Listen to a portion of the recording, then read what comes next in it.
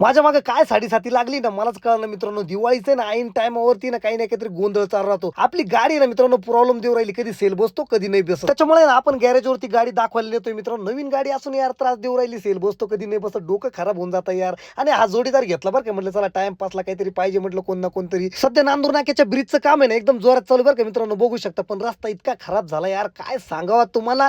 नाशिकचे खड्डे कधी बुजवणार यार, मला काहीच कळत नाही. वैतागलो यार व्हिडिओ टाकून टाकून.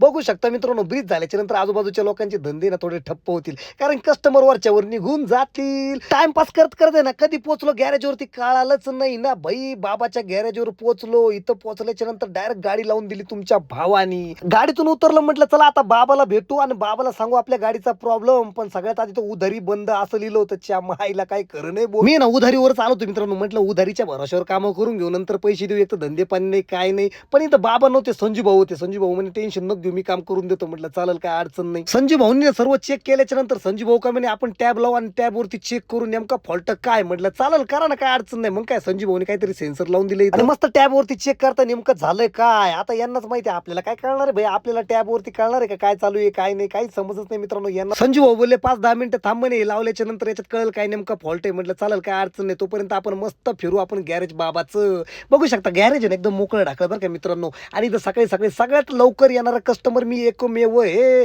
पण बाबांनी काय आंघोळ करायला ठेवलं काय कस्टमर, लाव पाणी काढणार बाबा, किती पाणी साचलं त्याच्या. गॅरेज वरती ना कामी येणार इतक्या वस्तू असतात की विचाराच्या बाहेर, आणि त्या जपून ठेवल्याच्या नंतर आपल्यासारखं गरीब येतं ना भाई, कामी येऊन जातं. बघू शकता तुम्ही, बाबांनी मस्त लावून ठेवल्या चांगल्या चांगल्या वस्तू बरं का मित्रांनो. बाबा गॅरेज वरती नाही ना एकदम शांतता वाटत नाही. बाबा आहे ना बडबड करत राहतात, काहीतरी एकदम डाव पाणी देत राहतात थोडेसे, पण काम लय परफेक्ट करता बरं का मित्रांनो. इथं आल्याच्या नंतर ना काम तुमचं 100% होणार म्हणजे होणार. आपल्या गाडीत एवढे उंदर झाले आणि साले डोकं खराब होतं यार. या उंदराला करू काय मित्रांनो. बघू शकता तुम्ही, एसी फिल्टर मध्ये सुद्धा उंदर जाऊन बसू राहिले भाई. तिथं काय खायची गोष्ट आहे का. तुम्हाला काय पाहिजे मला सांगा, एकदाच खायला देतो ना तुम्हाला, विषय मिटवून टाकतो ना. हे उंदर आहे ना जागोजागी कागद नेऊन नेऊन ठेवू राहिले. अरे काय बोल, कागदाचं काय करू, खार लोणचं घालू का त्याचा, काय खरं नाही. फायनली ना फॉल्ट समजला काय झालं बरं का मित्रांनो, पण फॉल्ट सापडायला तयार नाही. फॉल्ट आहे वायरिंगचा मित्रांनो. वायरिंगचा ना कुठेतरी मोठा प्रॉब्लेम झालेला दिसतोय आपल्या गाडीला मित्रांनो. पण वायरिंगचा फॉल्ट आहे ना कोणत्या ठिकाणी झाला हेच पता नाही ना यार. हे पता लावणं खूप गरजेचं आहे. त्याच्यामुळे संजू भाऊनी ना बारीक बारीक वायरिंग सगळी चेक केली मित्रांनो. कुठं कुठं शॉकेट वगैरे सगळे चेक केले, पण फॉल्ट सापडायला तयार नाही. एवढं खोलून सुद्धा आहे ना आपल्याला फॉल्ट सापडला नाही मित्रांनो बरं का. इतके परेशान होऊन सुद्धा फॉल्ट सापडले. संजू भाऊ काय बोलले, एक काम करा, वायरिंगचा प्रॉब्लेम म्हणे, वायरिंग वाल्याकडे घेऊन जा म्हणे. आपला वायरिंग वाला तुम्हाला एकदम परफेक्ट काम करून देईल. जे बाबाजी वायरिंग वाला. म्हटलं चालेल, काय अडचण नाही. धक्का मारून गाडी स्टार्ट केली, डायरेक्ट निघलो आता जे बाबाजी वायरला मित्रांनो. चला भेटू आता नेक्स्ट ब्लॉग मध्ये. तोपर्यंत लाईक करा, फॉलो करा, मराठी माणसाला सपोर्ट करा. धन्यवाद.